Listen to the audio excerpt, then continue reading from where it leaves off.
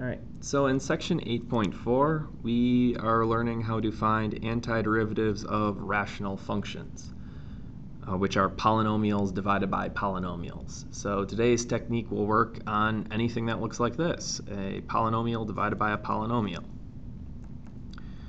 So the first thing I can do with this guy is I can factor the bottom if I want.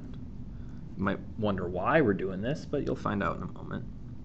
So I can factor the bottom as x plus 1 times x minus 3. All right, so it turns out that I can take this fraction and I can break this fraction up. So you can take this fraction, and it turns out the single fraction can be broken up as the sum of these two fractions.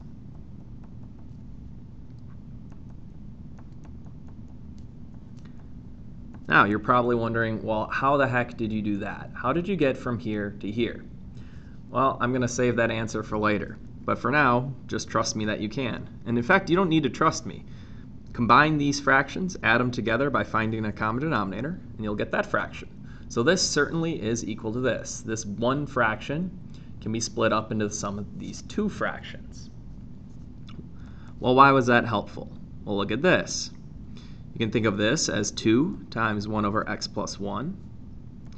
You can think of this as 3 times 1 over x minus 3. Okay, now this was helpful because each of these guys has easy antiderivatives. I mean, if I asked you to find an antiderivative of, let's say you just had 2 times 1 over x, and I ask you, hey, what's an antiderivative? You'd know the answer. You'd say, oh, I'll just do 2 times the natural log, absolute value of x. Well, I've just changed the x here to x plus 1. So if you want an antiderivative of this guy, it's real fast. You can just guess and check. So an antiderivative of 2 times 1 over x plus 1 is 2 times natural log, absolute value of x plus 1.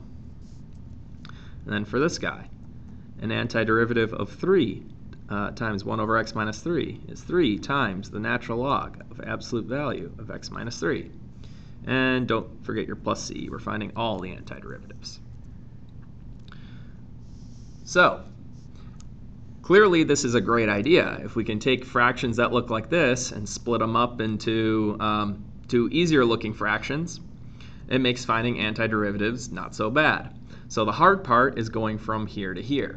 And that has nothing to do with calculus. Going from here to here is just pure algebra. So the difficult part of this section is not the calculus, it's doing the algebra. Going from here to here is what we're going to be talking about in a second.